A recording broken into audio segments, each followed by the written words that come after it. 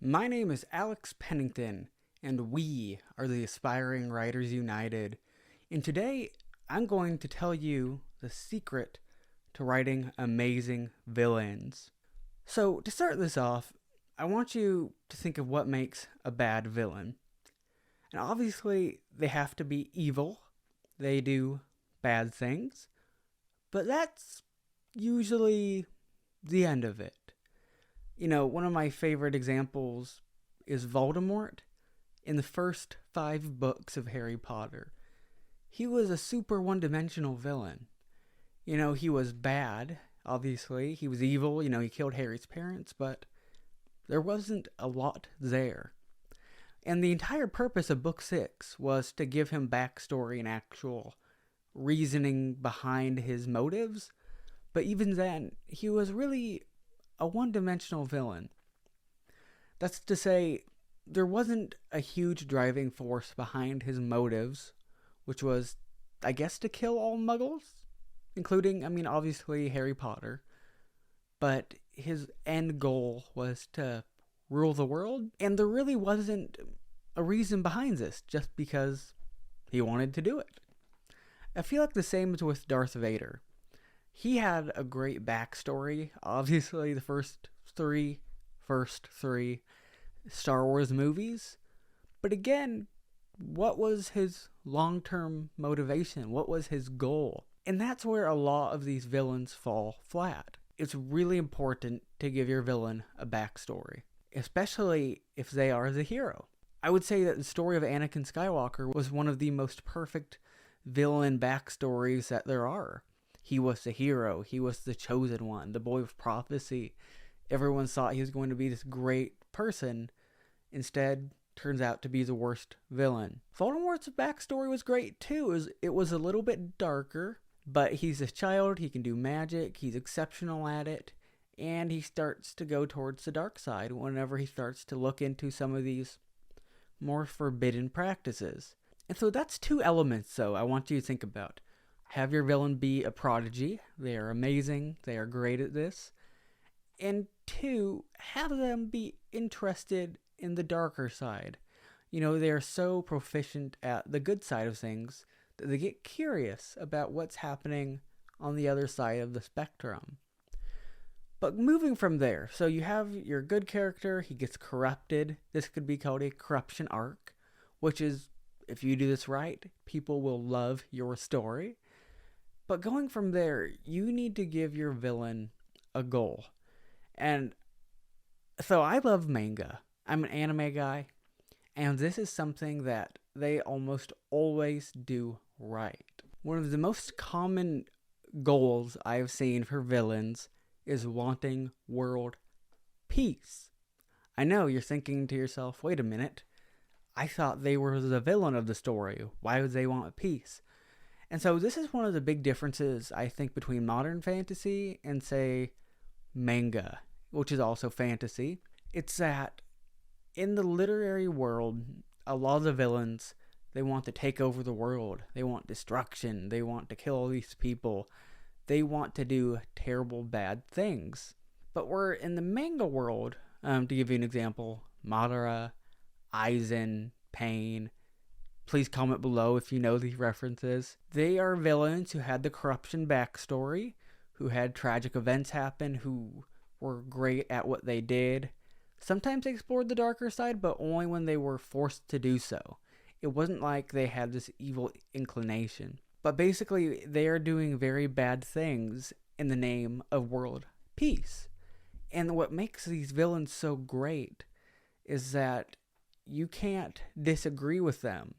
In fact, this is usually actually part of the conflict between the main character and the villain. The villain will say, this is why I'm doing this. Look at the world around us.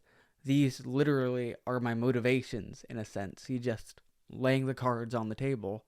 And the hero goes, you're not wrong. And that's usually a very shocking thing for the hero. And so what happens is you get a couple of elements going for you. The first is you get their philosophies, which if you give your villain a good philosophy, people will love your villain. you get a dichotomy between the main character and the villain. Basically, the villain usually being some inverse of the main character. And you also get a lot of interest generated for your villain.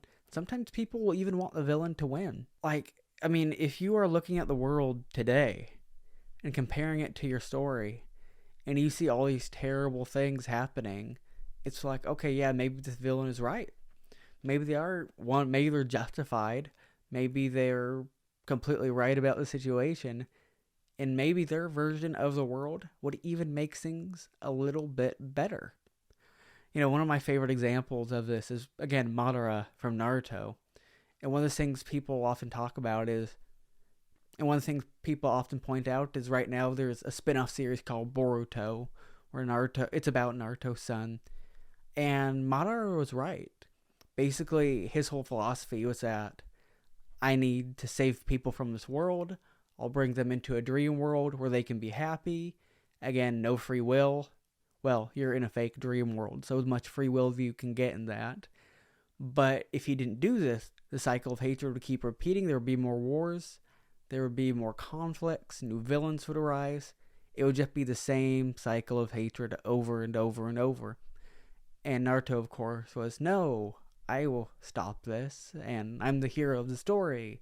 We can beat this through the power of friendship. And when we look at the Boruto story right now, Madara was right. 100%.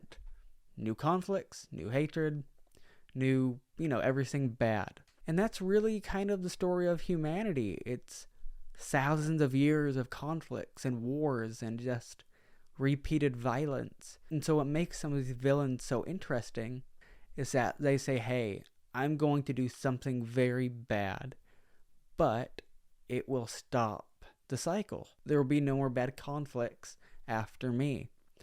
And that's one heck of a mentality for a villain to have. And it's a lot better than your traditional just, I am going to rule the world, and everyone should obey me, and I will sit on my throne and do evil things and be this tyrant. They're saying, no, I want people to be happy. I want them to live free. I want them to have good lives and not have to suffer because of war and these conflicts. And so it's a really interesting philosophy. And again, whenever you look at the main character of a story, it's quite difficult for them to say no to that, because usually they are wrapped in a conflict. They have some point of reference to where they understand where the villain is coming from. And so this is something that, if you're watching this, I want you to really focus on. Give your villain a goal, a good goal. Pretend that they are the hero of the story. Like, flip it. What if your main protagonist was the antagonist and the main villain was the protagonist? Because that's how the villain sees themselves. Good villains do not see themselves as villains. They see themselves as the hero who has this incredible, amazing goal. They're going to change the world. They're going to save everyone. But they have to make the sacrifices. They have to bear the sins of the world and become this evil and do evil things in order to attain this good goal. And that just makes them so fascinating. How they can rationalize, or sometimes they don't. What is their mental state? There are so many things you can explore.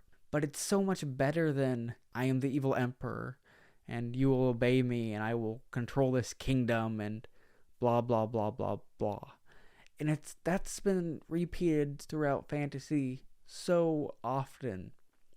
And so whenever you get one of these more fresh villains, I think people really admire them. They really resonate. And again, something you could also do is have the villain have just the highest, the biggest goal. Maybe they want to become the god of this world. Maybe they want to take away free will. Something big. Because you can never go small with your villains. And I feel like that's another thing where a lot of fantasy often kind of flounders. My favorite example, Voldemort. Kill all muggles. Or enslave them? Like, it's never even really made clear what his goal is, except he doesn't like muggles and he wants to rule the wizarding world. So, gives them a really high goal, the highest goal you can think of. Again, they're villains. They should be willing to do anything to achieve this goal. And so, what do you think makes a great villain? Who are some of your favorite villains? Please comment below. Don't forget to subscribe. And please share this video. Thank you all for listening.